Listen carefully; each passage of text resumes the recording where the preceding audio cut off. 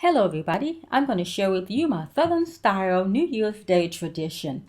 Don't be distracted by the Christian Louboutin red bottoms, honey, because I was born and raised in Mississippi. I'm a Vicksburg Military Park landmark loving, sunset and barge watching, stairway to the sky climbing, find my next adventure driving, road less traveled seeker, collard green eating, organic corn fed, tree hugging, sitting on the porch fanning and swinging, outdoor loving, bona fide and certified, all around show enough country girl. And every year my family has a traditional meal of black-eyed peas, cabbage, pork hocks, rice, and sausage. And no southern meal would be complete without cornbread. I make this meal faster for my family by using my secret weapon, a pressure cooker. Let's get started. I am going to add some water to the pork hocks so that I can put them in the pressure cooker, making sure that I have just enough water to cover them and put the lid on the pressure cooker. Now it'll take just a few minutes for this to get started, and once the little movement starts, it's almost time for you to take your item out of the pressure cooker because it's ready. Now, you hear people talk about a pressure cooker all the time. That little button that you see right there, it would explode if you took the top off of it too soon. So once it's ready, I'm going to take it over to the sink and run some cold water over it so that all the pressure can release out of it. Some people take the top off before, but I don't. I wait until it's all cool. I like to take the pork parts out and put them on a separate plate to make sure that they are tender. And once I have determined that they are actually fork tender, I will go ahead and separate them for the cabbage and for the peas. So I'm going to go ahead and use my chicken broth so that I can begin to put my peas in the pressure cooker. My two favorite seasonings are accent and Tony Cataways, and I'm going to sprinkle that on without any measurements because I kind of know how much it takes for this portion. So I'm going to go ahead and stir the seasonings in and go ahead and put the pork parts into my peas. I let that cook with the pressure on for a little while, and now I see everything's looking good. I'm stirring it around and not too mushy, and everything's seasoned real nicely. Let's get on to the cabbage. I like to chop my cabbage kind of medium, not too big, not too small.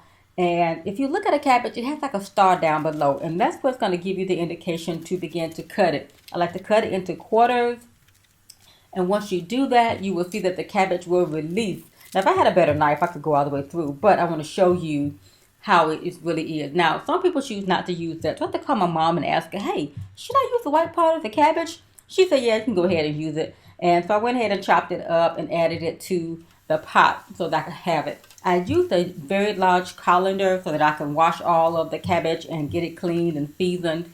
While I'm doing this, I let the water run over it. While it's in this state, also, I like to add a little onion for flavor and seasoning.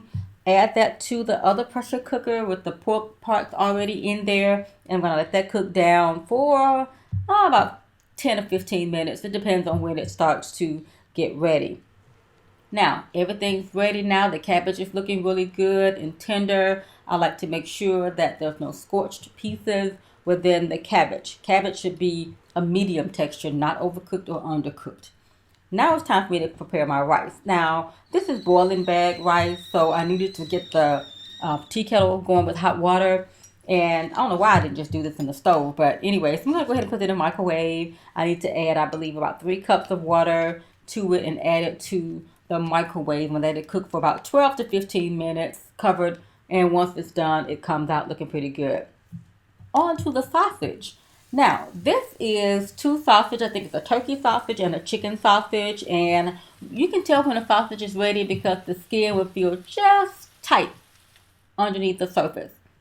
On to the cornbread. Now, me and cornbread don't really get along. I am a good cake baker, but cornbread always seems to get by me. So I'm going to go ahead and follow the Southern cornbread recipe on the back of this box. And I need about 3 cups of flour, a couple of eggs. This one is broken, so you got to check your eggs to make sure that they're looking okay. I'm adding the milk to the mixture.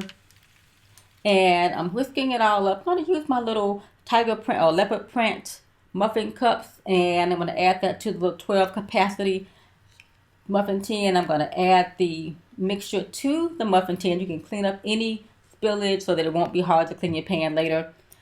Darn it, I forgot to add the vegetable oil, and my cornbread saga continued, okay? But they did look pretty good. Here's the black-eyed peas. I'm serving them in my football bowls because we're watching football on Sunday.